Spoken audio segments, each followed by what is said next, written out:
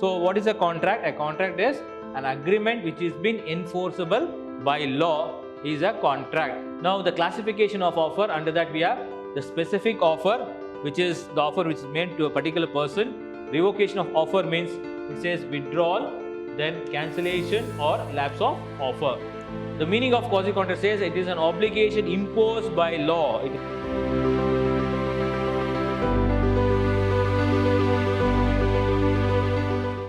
Hi and a warm welcome to you all dear students. I, George Ulime, Commerce Faculty, Department of Commerce, Vidyashram, First Grade College, Temple of Excellence, Mysore. Dear students, today I am going to take up your revision class. So, the revision, first revision class for your business laws for unit first, second and third unit. That is concept of law, contractual capacity and contingent contract. So, we will be doing two revision classes. One class, this is related to first, second and third chapters or units, and the second revision class will be for 4, 5 and 6 units. So in this revision class, let us understand regarding the concept of law for the first unit, where we'll understand about the definition, meaning and the nature of contract. Dear students, I'll just want to tell you that this is a revision class. So here I'll just going on only looking towards the revision part, and I'll not be elaborating anything much towards the like a concept classes. So it is just the revision class. I'm just giving the revision part of the syllabus, that is your chapters. So the term contract has been defined under the section 2H of Indian Contract Act of 1872 as an agreement enforceable by law is a contract. So what is a contract? A contract is an agreement which is been enforceable by law is a contract. So a contract, therefore, it is an agreement, the object of which it is to create a legal obligation, that is a duty which is enforceable by law. I'll repeat, a contract, therefore, it is an agreement, that is an agreement, the object of which is to create a legal obligation, that is the duty enforceable by law. Now, what is an agreement? Every promise and every set of promises forming the consideration for each other is an agreement. So, every promise and every set of promises forming the consideration for each other is an agreement. Now, what is a legal obligation? An agreement to become a contract must give rise to legal obligation. That is, it should be enforceable by law. So, an agreement, if it has to become a contract, then it should give rise to legal obligation. That is, it should be enforceable by law. Now, coming to the types of contracts. Now, on the basis of formation, we have express contract, where the contract is been expressed orally, then implied contract, that is through the conduct of the person, then quasi contract, right, where this particular contract says that it is not actually a contract, but it is because of the person on the other person's, he has utilized the particular properties or the products, so he is liable, and therefore the court says that he has to enter into a contract and pay the dues. On the basis of performance, executed contract, which is already executed on part of both the parties, and executed contracts where work or the promise which is to be agreed upon is not been executed. On the basis of validity, valid contract, when everything is correct, when all the terms and conditions have been agreed upon and both the parties sign the agreement and they come into contract, it is called as a valid contract. Void contract, where if any of the contract where any of the agreements is not been undertaken, or if the promise is not been done, so it becomes a void contract. Then voidable agreement, void agreement, illegal contract and unenforceable contract. Now, next we have the essentials of a valid contract. First and foremost, it should have an agreement between both the parties. Second, it should create a legal relationship between the agreement and the parties. Then it should be having a lawful consideration in order to have or call it as a contract. Then they should have a contractual capacity, that is the persons who have sound mind, and they should be age of that is a major, as well as that person should not be contradicted by or disqualified by any of the law. So it should have a contractual capacity. Then free consent of the parties, it should not be due to any force or coercion or misrepresentation, mistake like this. Then lawful object of an agreement, then agreement not declared express void, then uncertainty in the meaning of agreement and other legal formalities. So these are the important essential of a valid contract. So agreement, creation of a legal relationship, lawful consideration, contract capacity, free consent of the parties, unlawful, that is lawful object of agreement, agreement not declared express void, uncertainty or certainty in the meaning of an agreement and other legal formalities. Now coming to the offer, according to section Indian Contract Act of 1872 defines the term offer or proposal as when one person signifies, that means he says to another, that is willingness or expresses willingness to another to do so or to abstain from doing anything with a view to obtain, that is the consent of the other party to such consent to such act or abstinence, is said to be making a proposal.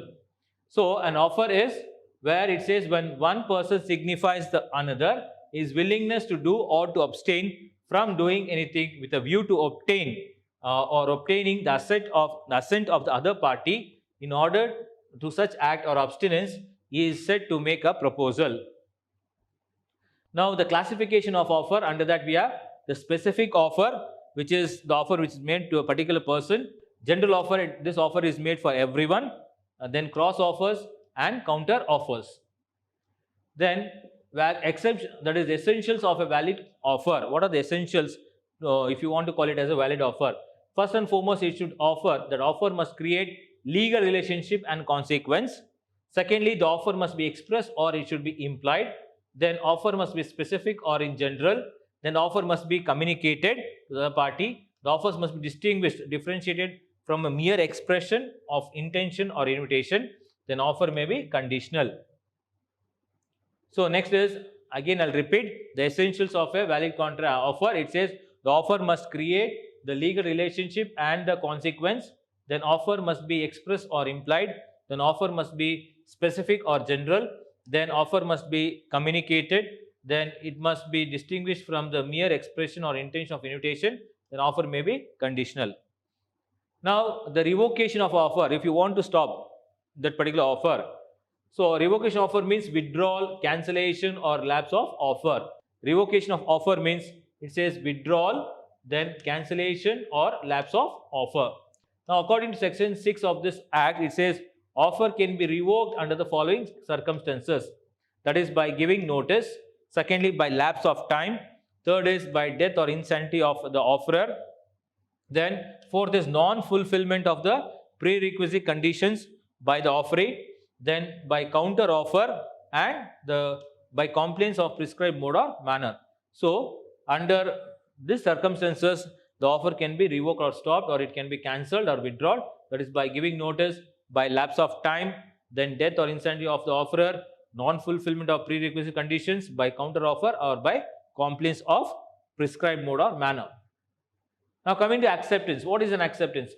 See, according to Indian Contract Act of 1872, it says defines the term acceptance as it is a proposal or an offer is said to have been accepted when a person to whom the proposal is made, he signifies his assent to the proposal. So according to Indian Contract Act of 1872, it defines the term acceptance as it is as a proposal or offer is said to have been accepted when the person to whom the proposal is made signifies his assent to the proposal. Now, what are the essentials of a valid acceptance? First and foremost, it says acceptance must be absolute and unconditional. Secondly, acceptance must be given in prescribed mode or manner. Third is time of acceptance. Fourth is acceptance must be communicated. Then acceptance may be expressed or implied. Then acceptance may be made before the offer is revoked. Then acceptance is not implied from silence of the party. So, the essentials of a valid acceptance says, first, the acceptance must be absolute and it should be clear and unconditional one. Secondly, the acceptance must be given in a presentation format or a mode or method or manner. Third is the time of acceptance. Fourth is acceptance must be communicated to the other party, that is to the offerer. Then acceptance may be expressed or it can be through conduct. Acceptance must be made before offer is been revoked. If you want to accept it, then it should be accepted before it should be stopped or cancelled. Then acceptance is not implied from silence of the party. So if the other party, the acceptor, if is silent, that means you cannot take it as an acceptance. The revocation of acceptance, failure of the acceptor. Secondly, it says death or insanity of the acceptor. Third is no reasonable time and manner. Fourth is by rejection. Fifth is by supervising impossibility. So on the grounds of failure of acceptor, death or insanity of acceptor, then no reasonable time and manner, by rejection as well as by supervising impossibility, the revocation of acceptance can be done. Now coming to this next unit, that is about contractual capacity. So let us understand the concept of this. Contractual capacity means it is an essential integrant of a valid contract. It is an important element of a valid contract because it says the parties making an agreement. So both the parties A and B, if they are making an agreement, must have contractual capacity. What is this contractual capacity? It means they must be legally competent for making a contract. Only then they can enter into a contract. Now, to have a contractual capacity, one must fulfill the following conditions or the elements. First and foremost, he should be having the proper age, that is, so 18 years or above. Okay. Next is soundness of mind. He should be sound enough and he should be have maturity and he should not be an unsound person. Thirdly, not legally disqualified. So legally, if he should not be disqualified. So these are three important aspects or elements which is regarding to the contractual capacity. Now coming to the minor's agreement, the nature of minor agreement, it says void ab initio. Secondly, the minor can be promise or a beneficiary. Third, it says no ratification. You cannot ratify or you cannot rectify later after the age of attain of 18 years or 21 years. Then restitution or compensation is possible in case if he has got the benefits out of that particular contract. Then contract by parent, guardian and manager can be done. No liabilities of the parents can be taken into consideration. Minor as an agent, he can be an agent. Then minor and insolvency. Then minor as a joint promisor in the contract. Then minor as a shareholder can be taken into consideration. Liability for the necessaries of life, whatever the necessaries of life he has received, for that he need to pay back. He is liable to pay back that. Then minor as a partner and no estoppel against a minor. So once again, I will repeat the nature of minor's agreement. Void ab initio, minor can be a promise or beneficiary. No ratification, restitution or compensation possible. Contract by parent, guardian and manager. No liability of parents. Minor as an agent, minor and insolvency. And minor as a joint promisor, minor as a shareholder. The liability for necessities of life has to be paid by the minor. Minor can be as a partner. But no estoppels against minor. Now consideration. What is the consideration? When at the end, at the desire of a promisor, the promise or any other person has done or abstained from doing, does or abstains from doing, or promises to do or abstain from doing something, such act, abstinence or promise is called as consideration for promise. I'll repeat. When at the desire of a promisor, promise or other person has done or abstain from doing, does or abstains from doing, or promises to do or to abstain from doing something, such act, abstinence or promise is called consideration for a promise. Now what are the essential of a valid consideration? First and foremost, there should be a form of consideration. Secondly, the consideration must be moved or given at the desire of a promisor. Thirdly, it says consideration may be past, present or future. Then consideration may be moved or given by a promise or any other person. Then consideration need not be adequate. Consideration must be real and not be illusory, and consideration must be lawful.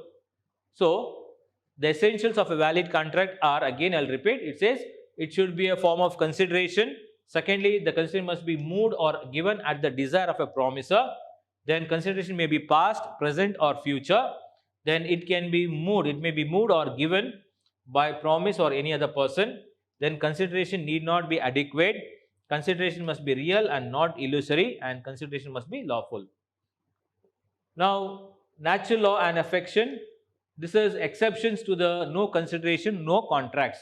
So there are some exceptions to the consideration, such as if it is due to natural love and affection, then it can be an exception to the consideration.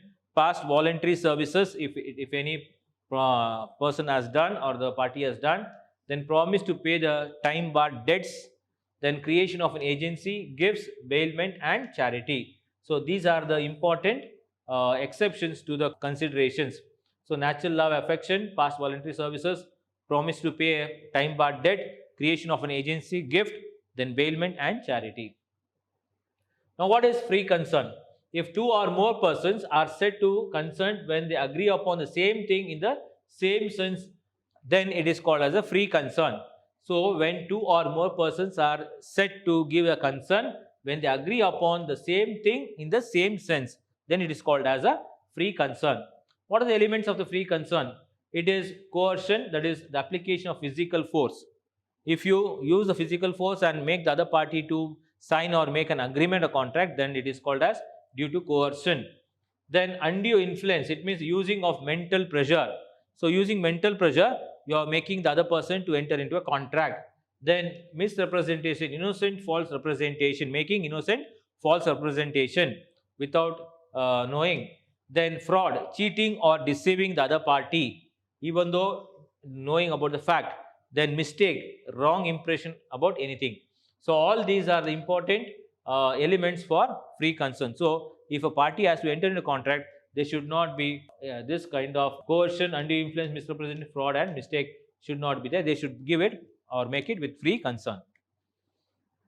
Coming to the third unit, that is the contingent contract. The meaning of contingent contract, it says a contract which is contingent or dependent upon the occurrence or non-occurrence of some event is called as a contingent contract. I'll repeat, a contract which is contingent or dependent, right, upon the occurrence or non-occurrence of that particular some event is called as a contingent contract. Now, definition of this contingent contract says when two or more parties enter into a contract to do or not to do something, if an event which is collateral to that particular contract does or does not happen, then it is called as a contingent contract. So the definition of a contingent contract says if two or more parties enter into a contract to do or not to do something, if the event which is collateral to the contract does or does not happen, then it is called a contingent contract. Now, what are the essentials of a contingent contract? It says it depends on the happening or the non-happening of a certain event. Secondly, the event is collateral to the main contract or the contract. Then the third thing is the event should not be a mere will of a promisor. Should not be a mere will of a promisor. The next is the event should be uncertain. The event should be uncertain. So it depends upon the happening or non-happening of a certain event. The event is collateral to the contract. The event not to be mere will of a promisor. The event should be uncertain. Enforcement of contingent contracts. Under it says rule, there are totally 6 rules. So let us see what are the rules. Rule 1 says contingent contracts on the happening of an event. Rule 2 says contract contingent on the event or not happening. Rule 3 says contracts contingent on the conduct of a living person who does it. Then rule 4, contract contingents on the event happening with a specified time. Rule 5, contracts contingent on the event not happening within a specified time. Then rule 6, contract contingent on the impossible event. Now the differences here we can see regarding the contingent contract and wagering contract. Contingent contract and wagering contract. Now what is a contingent contract? A contingent contract is defined under section 31 of the Indian Contract of 1872, whereas the agreement, wagering agreement is defined section 30 of Indian Contract of 1872. So this is 31 and this is 30. And here contingent contract is a valid contract, whereas the agreement, wager agreement is a void. Then thirdly, according to section 31, a contingent contract is a contract to do or not to do something if some event collateral to such contract does or does not happen. But whereas according to section 30, agreement by way of wager are void. That means no suit shall be brought for recovering anything allegedly to be won or any wager or entrusted to any person to abide or the result of the same game, result of any game or any other uncertain events on which the wager is made. Then it says contingent contract. Here we have real interest in the contracts, but in wagering agreement there is no real interest. So it is the concern only with the winning or losing the game only. Then contingent contract is to do or not to do something if a certain event does or does not happen. But whereas wagering agreement on the other hand, it says it is just for the money purpose. Next is about quasi-contract. The meaning of quasi-contract says it is an obligation imposed by law. It is an obligation imposed by law in the absence of a contract in order to prevent the unjust enrichment. In order to prevent the unjust enrichment which is been benefited to the other party due to the happening of that particular things. Now, definition: it is an obligation which has been enforced by law on one party in order to avoid the unjust enrichment of the other party. So, a quasi-contract can be defined as an obligation enforced by law on one party in order to avoid the unjust enrichment of other party. Features: usually quasi-contract provide the right to money. Then there is absence of contract or mutual consent among the parties, and thus it is imposed by law and it is not the outcome of any agreement. Then these are based on the concept of equity, good conscience, then justice and principles of natural justice. Now, coming to the requirements of a quasi-contract, the plaintiff of the case must have provided service or tangible goods to the defendant, and the plaintiff had the impression that he would receive the payment against such kind of goods or services which he had given. Also, the plaintiff should be able to justify that the defendant would be unjustly enriched if he would receive goods or services without its payments. What are the advantages of quasi-contract? It prevents the undue advantage of one party over the cost of the other party. Second, it is created by the order of the court. Disadvantages: the enriched party will not be held liable in case where the benefit received by him is tendered or was tendered negligently, unnecessarily, as well as by the misconduct. But whereas the enriched party will not be held liable in case of where the benefit received by him was tendered negligently, unnecessarily, and by the misconduct. Then it is generally created only to the extent of necessary because for preventing unjust enrichment, and the plaintiff has to forego all the expected profit which he would have earned in case there exists the whole express agreement between the parties involved. Now, coming to the wagering agreement, the term wager literally means bet. It means bet. So, wagering agreement is an agreement wherein one party promises to pay or receive money or money's worth upon the happening or non-happening of an event or the future uncertain event. So, the term wager literally means a bet. Wagering agreement is an agreement wherein one party promises to pay or receive money or money's worth upon the happening or non-happening of a future uncertain event. The essentials of a wagering agreement: mutual chance of gain or loss, then uncertain event, no other interest in the event, then no control over the event. Now, coming to the differences between wagering agreement and contingent agreement. Wagering agreement is an agreement wherein one party promises to pay or receive money or money's worth upon the happening or non-happening of a certain future uncertain event. Whereas contingent contract is a contract to do or not to do something if some event collateral to such contract does or does not happen. Then, under contingent wagering agreement, according to section 30 ICA 72, Indian Contract Act of 1872, wagering agreements are void, whereas according to section 31 of Indian Contract Act of 1872, contingent contracts are valid. Then parties may not have any interest in the event except the wagering amount in wagering agreement, but whereas in contingent agreement, parties have interest in the events. Next is regarding the discharge of contract. Discharge means termination of a contractual relationship between the parties. So, a contract is said to be discharged when it ceases to operate, that is, when the rights and obligations created by it comes to an end. The discharge of contract, how it is been discharged, which are the different methods or forms: discharge by performance, then discharge by mutual agreement, discharge by impossibility of performance, then discharge of contract by lapse of time, discharge of contract by operation of law, discharge of breach of contract, and discharge of contract by remission. Now, coming to the breach of contract, a contract is said to be breached or broken. Breach means it is broken. We call it as broken. The contract becomes or breaks.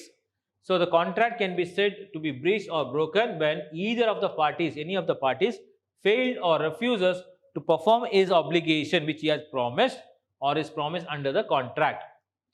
Now, like damages for the loss sustained, then the decree for specific performance and an injunction order. So these are the important types where the court can ask the other party to do so. Now coming to the types of remedies of breach of contract, we have compensatory damages, specific performance, injunction, rescission, liquidated damages and nominal damages. Hope you have understood. Please go through the concept videos, the video classes, the revision class, the live Q&A also we have done. Go through all this and surely you will be able to be successful in examination, scoring good marks and high marks also. So see you in the next session with 4th, 5th and 6th units for the revision. So until then, take care. Have a nice day. Thank you.